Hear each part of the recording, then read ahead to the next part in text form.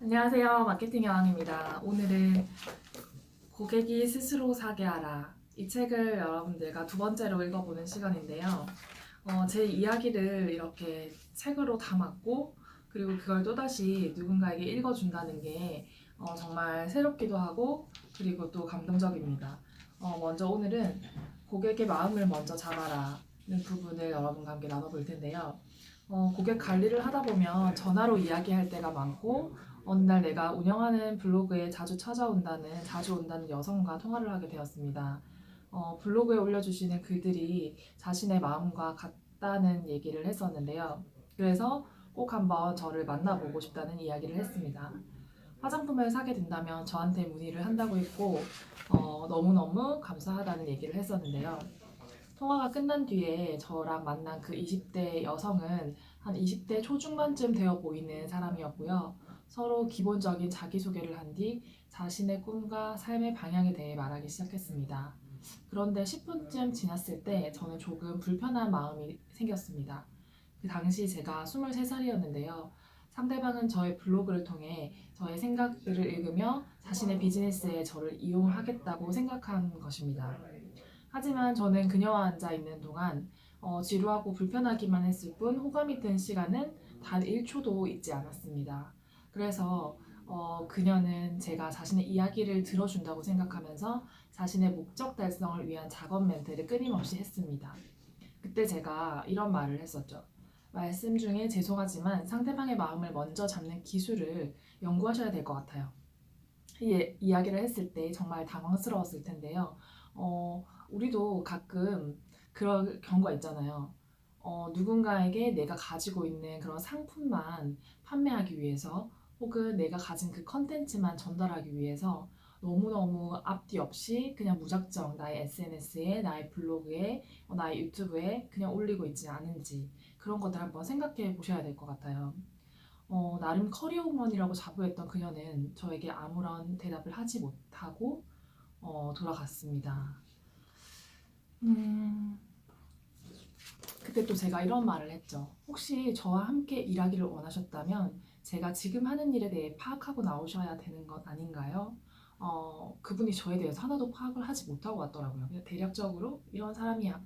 이렇게 하면 자기 비즈니스에 나를 이용할 수 있겠지. 라고 생각을 하신 것 같은데 저는 그런 부분을 정말 중요하게 생각하거든요. 여러분들이 나의 어떤 공간에 글을 쓸 때 혹은 나의 공간에 영상을 찍을 때 이 영상을 보고 이 글을 읽고 나를 만나고자 하는 그 사람들을 위한 그런 컨텐츠를 한번 발행을 해보세요. 그러면 우리가 오프라인에서 이렇게 만났을 때 뭔가 대화가 탁탁 막히는 그런 것처럼 영상이나 글이나 그런 곳에서 뭔가 일방적으로 얘기하는 것 같다라는 그런 느낌을 받지 못하고 사람들이 그런 그 여러분들 공간 속에서 이 사람을 실제로 한번 만나보고 싶다라는 생각을 하게 되거든요. 저는 갑자기 또 제 책을 읽으니까 그때 그분과 마주 앉아서 했던 얘기들이 막 떠오르네요.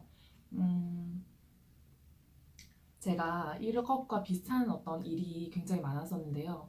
여기 또 우리가 늘 사용하고 있는 정수기 코디네이터 분에 대해서 이야기가 막 이렇게 나옵니다. 제가 그 이사를 이렇게 막 하다 보니까 정수기가 계속 필요한 거예요. 새로운 정수기. 그리고 요즘 막 얼음 나오는 정수기 이런 것들도 굉장히 많이 있잖아요. 그래서 그런 것들을 한번 교체하려고 질문을 한번 딱 던졌어요. 코디네이터님, 이번에 얼음 정수기로 제가 한번 교체하려고 하는데 좋은 제품으로 추천해 주세요. 라고 얘기를 했죠. 그때 이분이 저에게 어떤 느낌을 주셨냐면, 음, 저는 지금 당장 필요한 건 아니었거든요. 지금 당장 필요한 게 아니라 그런 게 있으면 그냥 추천해 달라. 그러면 내가 한번 나중에 교체할 때는 고려해 보겠다. 이런 의미로 이제 질문을 던졌는데요. 근데 그분이 뭐 알겠다고 이렇게 딱 하더니 갑자기 1분도 채 지나지 않아 저한테 굉장히 다급하게 막 전화가 오는 거예요. 고객님 지금 집에 계시나요? 제가 방문해서 설명드릴게요. 저는 급하지 않다고 얘기를 했어요. 다음에 설명해달라고. 다음에 오실 때 해주면 된다고. 근데 또 전화를 끊었는데 또 끊자마자 고객님 배우자분 신분증 좀 보내주세요. 제가 신규 고객으로 등록해드리려고요. 막 하면서 막 자기한테 유리한 쪽으로 막 설명을 하는 거죠. 그걸 보면서 어떤 느낌이었냐면 아, 이때다. 이런 생각을 했겠죠. 그래서 막 자기가 가진 할 수 있는 모든 말을 저한테 그 한 몇 분 사이에 다 막 얘기를 하는 거예요. 그때 저는 이런 생각을 했습니다. 나중에 정수기를 살 때 다른 사람한테 사야겠다. 너무 힘들었어요. 그 짧은 순간이지만 다른 사람한테 사야겠다. 라고 이제 생각을 했는데 이게 딱 뭐냐면 여러분들이 누군가를 만났을 때 이 사람하고 이 사람에 대해서 잘 알지도 못하고 이 사람에게 나의 어떤 매력 포인트를 보여주지도 못하고 나도 이 사람에 대한 어떤 것들을 아무것도 모르는데 갑자기 만나자마자 우리 사귀자, 결혼하자 이거랑 이제 진짜 똑같거든요. 갑자기 결론부터 막 얘기를 하니까 너무 당황스러웠고 정말 그런 지나가다가 그렇게 얘기하는 사람이 있으면 제가 이렇게 뺨을 한 대 때렸을 거라고 책에 나와 있네요. 그 정도인데 아무튼 저는 그분에게 구매하지 않았습니다. 정말 이건 세일즈에서 이제 여러분들과 어떤 고객분들의 라포 형성이 굉장히 중요하다는 걸 제가 말씀을 드리는 건데요. 만약에 라포 형성을 하면 정말 모든 상황은 여러분에게 유리한 쪽으로 돌아갑니다. 이것은 뭐 오프라인 세일즈에서만 해당되는 게 아니라 온라인 어떤 마케팅에서도 반드시 해당되는 부분인데요. 그냥 갑자기 온라인 계정을 오픈하자마자 막 내가 가진 어떤 상품, 컨설팅, 뭐 어떤 내용들, 뭐 판매하는 것들에 대한 어떤 홍보성 그들이 계속 올린다면 당연히 사람들이 모이지 않겠죠. 왜냐면 이 글은 당연히 홍보하는 글인데 내게 필요하지 않으면 보지 않는다는 거죠. 그런데 어, 저는 가끔씩 어떻게 했냐면 SNS에서 제가 저만 가지고 있는 그런 노하우를 공개를 했어요. 공개를 했던 게 처음에는 이런 생각을 했거든요. 내가 어떤 내 노하우를 공개를 하면 너무 다 뺏겨가니까 좀 내 손해가 아닌가? 이런 생각을 하다가 어, 어느 날부터 이제 전부 공개해야겠다는 생각으로 처음에 이제 저만의 스킨케어 클래스 노하우를 온라인에 공개를 하기 시작했습니다. 저는 고객에게 제품을 소개하기 이전에 제가 사용한 제품에 대한 느낌, 그리고 생각, 경험을 먼저 전달했는데요. 지금은 또 이렇게 활동하시는 분들이 굉장히 많으시지만 과거에는 뭐 화장품을 그냥 팔겠다고 생각하고 자기가 가진 상품을 판매하겠다고 생각하고 무작정 제품을 던져 보여서 사람들에게 상품 구매를 강요하는 그런 세일즈맨이 굉장히 많으셨거든요. 그런데 제가 생각할 때는 여러분들이 가지고 있는 모든 노하우나 모든 컨텐츠를 온라인상에 혹은 오프라인상에 내 고객에게 이 오픈을 다 해도 사실 그거를 복제해서 따라할 수 있는 사람은 단 한 명도 없습니다. 그래서 여러분들이 가진 어떤 재능, 가진 컨텐츠 이런 것들을 잘 구성하셔가지고 최대한 많이 오픈하시는 게 가장 좋고요. 그리고 이제 여기서 주의할 점이 많이 오픈한다고 할 때 본인이 그 누구보다 그것에 대해서 잘 정립이 되어 있어야겠죠. 다른 사람이 베껴가지 못하도록. 세상에는 정말 좋은 제품이 많이 있습니다. 비슷한 제품도 하루에 수백 개씩 만들어지고 있고 SNS를 통해서 끊임없이 출시되는 제품들을 볼 수 있습니다. 하지만 같은 제품이라도 매번 같은 사람에게 제품을 문의하게 되는 이유는 무엇일까요? 아마 마음 때문입니다. 고객은 선택할 기회가 굉장히 많습니다. 우리가 가장 먼저 해야 할 것은 상품을 설명하고 노출시키는 것이 아니라 고객의 마음을 먼저 잡는 연습을 하셔야 됩니다. 사실 우리는 현장에서 어떤 내가 직장 생활을 하더라도 나에게 고객이 한 명 있습니다. 그게 누굴까요? 내가 이제 막 그 회사에 입사한 신입사원이라면 내 상사가 나의 고객이 될 수 있고요. 또 내가 결혼을 한 사람이라면 나의 배우자가 나의 가장 가까운 고객이 될 수 있습니다. 그리고 때로는 나의 자녀가 내 고객이 될 수도 있고요. 나의 친구가 고객이 될 수도 있습니다. 하지만 이제 이 책은 제가 화장품을 판매하면서 많은 사람들을 만났던 그 여러 가지 스토리들이 담겨 있기 때문에 그런 이야기들이 굉장히 많이 있거든요. 오늘은 이제 고객의 욕구를 파악하라는 이야기를 해드릴 텐데요. 저는 4학년 2학기 때부터 세일즈를 시작했습니다. 용돈을 벌어야겠다라는 생각으로 시작한 세일즈는 생각보다 어렵지 않았습니다. 친구들이 원하는 부분만을 전달하며 아르바이트를 하는 개념으로 일을 했습니다. 성과가 없는 날도 있었지만 대개는 제품 하나라도 사주려고 하는 지인들 덕분에 큰 어려움은 없었습니다. 그런데 학교를 졸업하고 본격적으로 세일즈 현장에 뛰어들자 상황은 많이 달라졌습니다. 팔아도 되고 안 팔아도 되는 것이 아닌 무조건 팔아야 했기 때문입니다. 세일즈 업계의 최고라고 불리는 분들과 함께 일을 하면서 그들의 노하우를 배웠습니다. 그때 당시에 한 명의 고객에게 100만 원 이상의 제품을 판매하는 사람들과 함께 일을 했었는데요. 100만 원은 제가 39,000원짜리를 30명에게 팔기 위해 100명 이상을 만나야 하는 금액이었습니다. 저는 그들이 하는 말을 녹음하는 것은 물론이고 글자 하나 틀리지 않고 모두 받아 적은 노력을 아끼지 않았습니다. 그리고 집에 돌아와 많은 연습을 했습니다. 이때 정말 제가 수백 번 정도 정말 그걸 따라하고 정말 인형을 이렇게 세워놓고 연출해서 얘기를 해보고 그런 노력들을 했었거든요. 그런데 어느 날 제가 고객을 만나게 되었을 때 저만의 방법이 아닌 그들의 방법으로 판매를 시작해 보아야겠다는 생각이 들었습니다. 이후 고객을 만날 때마다 그동안 내가 보고 듣고 외운 그대로 응대하기 시작했습니다. 대부분의 고객은 고개를 끄덕였습니다. 이해한다는 눈빛으로 제게 이렇게 눈빛을 보내기도 했죠. 그런데 마지막 대답은요, 뭐였을까요? 마지막 대답은 생각해보고 연락할게요. 생각해보고 연락하게 할게요. 생각해보고 연락할게요. 이 생각해보고 연락한다는 거 정말 그 39,000원짜리 제품 하나도 구매하지 않는다는 거 어떤 의미일까요? 결국 그 사람은 저에게 끝끝내 연락이 없었습니다. 저는 계속해서 같은 방법으로 시도를 했죠. 9명쯤 설명했을 땐가 드디어 100만 원 이상의 제품을 판매했습니다. 저는 이제 내가 베스트 판매 방식을 터득했구나 라고 생각을 했는데요. 세일즈는 다른 사람의 방식을 흉내내는 것이 아니었고 바로 고객을 응대하는 과정에서 제가 그 얘기를 얼마만큼 잘 들어주냐, 경청을 해주냐, 그런 과정에서 얼마나 그 사람의 어떤 욕구와 니즈를 파악하냐, 이게 정말 관건이구나 알았습니다. 제가 한 정말 9명 정도 그렇게 하고 이걸 느낄 수 있었다는 것은 정말 잘하는 사람의 어떤 그런 얘기를 100번 정도 연습했기 때문에 그 당시 아무런 경험이 없었지만 가능하지 않았나. 여러분들 아무 경험이 없는데 그냥 9번 정도 나의 상사 혹은 주변에 잘하는 분들의 그런 말을 따라해 본다고 해서 결국 그게 내 노하우가 되지는 않거든요. 그런데 저는 아무튼 그렇게 따라하면서 한 100번 정도 연습을 했기 때문에 9명, 10명째 그게 성공하지 않았나 하는 생각이 들고요. 세일즈를 잘하지 못하는 사람들을 보면 대부분 자신의 판매하는 상품만을 설명하려고 합니다. 저도 처음에는 이런 모습이었겠죠. 그래서 사람들이 다음에 연락할게요. 생각해보고 말해줄게요. 라고 얘기하진 않았을까요? 요즘같이 너무 선택권이 많은 시대에는 그게 정말 맞지 않죠. 저는 고객을 만나기 전에 필수적으로 설문조사를 하나 했습니다. 단순히 고객의 신상 명세를 파악하는 것이 아니라 체크리스트를 통해 간단하지만 핵심이 될 수 있는 고객의 욕구를 파악하는 것이죠.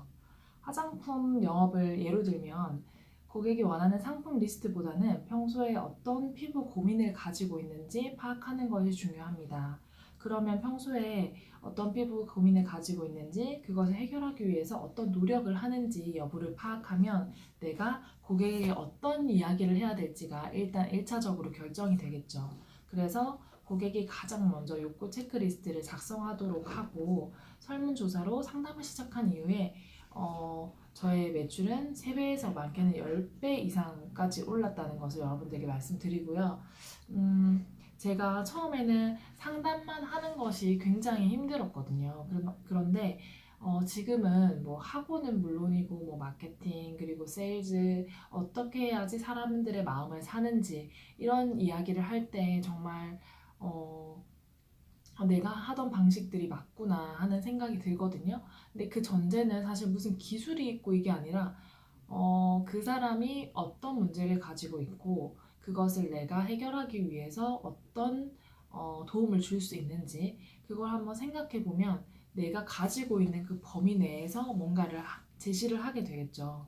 그러면 그 고객은 그게 정말 진심으로 느껴졌다면 저의 고객이 될 것이고 그게 뭔가 작업성 멘트로 느껴졌다면 다른 곳에 가겠죠. 그래서 저는 여러분들이 누군가 고객을 만나기 전에 하셔야 돼요. 그 자리에서 파악하는 게 아니라 만나기 전에 그 사람의 어떤 필요한 부분을 먼저 파악하시는 것을 추천을 드립니다. 너무 당연한 이야기라고 생각하시겠지만 많은 세일즈맨들이 이런 부분을 빠뜨리고 계시거든요. 그리고 고객은 그리고 이제 감동적인 그런 서비스를 원하죠. 감동적인 서비스를 원하는데 예를 들어서 얘기를 드릴게요. 제가 정말 어린 고객들이 많았고 지금 그 친구들이 뭐 한 10대 때 저를 만나서 이제 뭐 20대 후반이 됐으니까 10년 전 고객들이 아직도 저랑 연락을 하는 경우가 많습니다. 그 중에서 정말 이런 친구들이 있었어요. 진짜 구매하고 싶은데 제 알바 비료는 너무 벅찬 가격이라서 부모님과 상의해 볼게요 라고 얘기했던 친구들이 있는데요. 저는 그 친구들의 부모님한테 편지를 썼어요. 그 당시에는 솔직히 좀 상상할 수 없는 일이겠죠. 편지를 썼어요. 그래서 어떻게 썼냐면 어머니 따님의 피부 문제로 고민이 많으시죠? 얘가 화장품 사고 싶은데 엄마한테 이렇게 얘기를 하는 거예요. 오늘 짧은 시간이었지만 따님과 상담하면서 많은 생각이 들었습니다. 제가 몇 년 전에 이와 똑같은 고민을 했기 때문에 마치 저를 보는 것 같았거든요. 지금까지 따님과 함께 고민하며 해결하시느라 애쓰셨습니다. 부모님은 돈은 돈대로 마음은 마음대로 시간은 시간대로 낭비했다고 생각하실 것 같아요. 그래서 저를 만나러 간다고 했을 때 탐탁지 않으셨겠죠? 그래서 이렇게 편지를 씁니다. 부모님들은 설득 당할까봐 함께 오지 않는 경우는 거의 없으셨지만 대부분 화장품을 구매하는 것에 대해서는 부정적이셨어요. 그 이유는 본인이 돈을 썼는데 실패했기 때문이죠. 지금 제가 학원에 있으면서도 그걸 되게 많이 느껴요. 아이가 혼자 올 때는 엄마랑 통화를 해보면 지금까지 너무 실패를 한 거예요. 학원에 보냈고 돈도 썼는데 애는 처음에 가는 것처럼 하다가 나중에는 뭐 안 하고 그러다 보니까 이제 엄마는 또 학원을 간다는데 돈은 돈대로 쓸 거고 분명히 애는 제대로 안 할 거고 이게 패턴이 보이는 거예요. 그러니까 싫은데 저는 이렇게 마지막으로 이렇게 쇠기를 박는 이런 딱 엄마한테 얘기를 하면서 이제 더 이상 다른 곳으로 갈 수 없게 안내를 하는 거죠. 근데 이제 전제는 이거예요. 정말 그 제가 하는 말에 단 1도 거짓이 없다는 거. 그냥 제가 할 수 있는 거를 전달하고 어머니한테 직접 저는 이렇게 얘기하거든요. 어머니가 학원에 오셔도 제가 지금 이 똑같은 얘기를 할 거라고. 저는 제가 할 수 있는 것에 대해서 지금 다 말씀을 드렸고 나중에 오셔도 똑같은 얘기를 할 건데 지금 전화상으로 결정하시는 게 낫지 않겠냐 이렇게 이제 여쭤보는 거죠.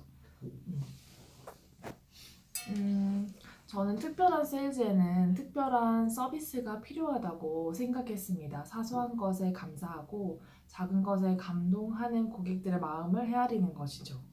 물론 물질적인 서비스로는 한계가 있습니다. 다만 이런 경우가 있었죠. 제가 뭔가를 이제 택배를 보냈는데 이런 생각을 했어요.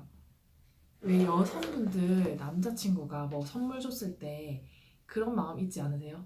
뭔가 우리 집으로 택배가 와서 받는 게 아니라 내가 일하는 직장에 뭔가 짠 꽃다발이 온다든지 하면 어때요? 주변에서 뭐야 뭐야 뭐야 하면서 막 몰려들잖아요. 그러면 되게 어쩌죠?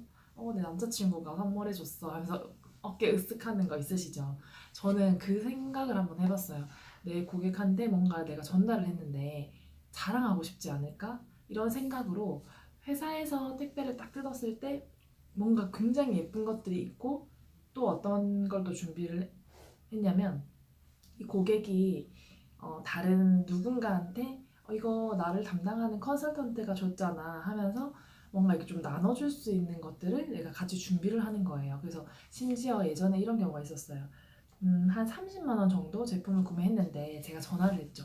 언니 혹시 회사로 제가 택배를 보내고 싶은데 거기 같이 있는 여자 직원들 없으신가요? 있다면 이름을 좀 다 얘기를 해주세요 라고 얘기를 해서 이름 다 받아서 샘플에다가 그 사람 이름들 다 적었어요. 누구누구 언니 이렇게 다 적어가지고 택배를 이렇게 짠 열었을 때 어때요? 상상하지 못했던 설마 자기 게 있을 거라 생각 못 하거든요. 근데 이렇게 이름까지 다 이렇게 적혀가지고 자기 걸 이제 찾아가면서 이런 얘기를 했대요. 나도 이 화장품 쓰는데 내 담당 그 컨설턴트 이렇게 안 해주던데 뭐 이런 얘기를 하는 거죠.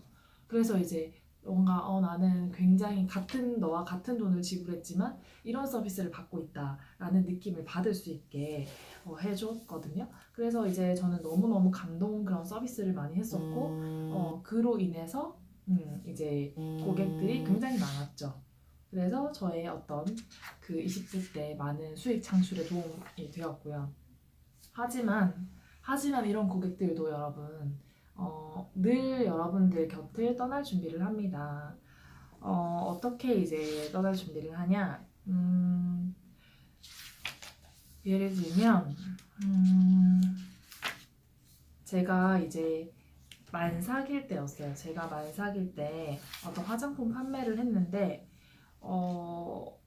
이제 제가 뭐 어떤 서비스를 또 주기도 하고 SNS에 이런 것들을 공유를 하다 보니까 고객들이 뭐 저한테 뭘 받았다 뭐 이런 것들 처음에 이제 어떻게 보면 케어를 제가 잘못한 거죠. 그래서 고객들이 같은 어떤 제품을 샀어도 그 사람이 어떻냐에 따라서 제가 조금 더 뭐 샘플 한 장이라도 더 많이 줄 수도 있고 적게 줄 수도 있거든요. 근데 그런 것들이 이제 온라인에 막 뭐 고마워요 하면서 올린 그 사진 한 장이 다른 사람이 보게 되고 그 사람 섭섭하게 되고 뭐 이런 현상이 이제 발생을 한 거예요. 그래서 고객이 어떤 제품을 교환해 달라고 했는데 제가 너무 만삭이어서 교환이 조금 늦어졌어요. 그랬더니 이분이 이제 기다리지 못하고 하루가 지나고 이틀이 지나고 제가 3일 만에 응대를 했거든요.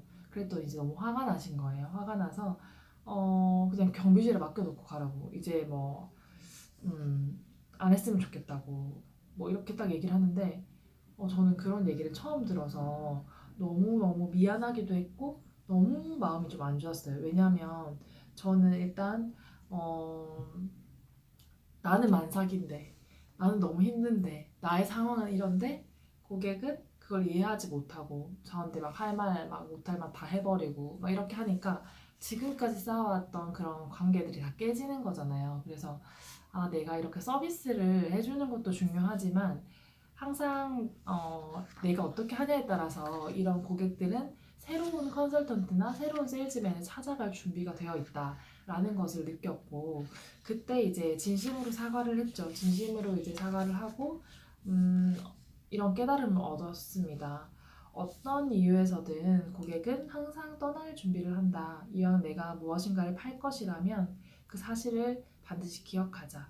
제품이 많아서 다른 제품을 선택하는 고객을 무조건 막을 수는 없다. 하지만 고객이 떠나더라도 나쁜 기억보다 좋은 추억을 안고 떠날 수 있도록 하는 것이 중요하다. 너무 예쁘게 표현했지만 슬프죠.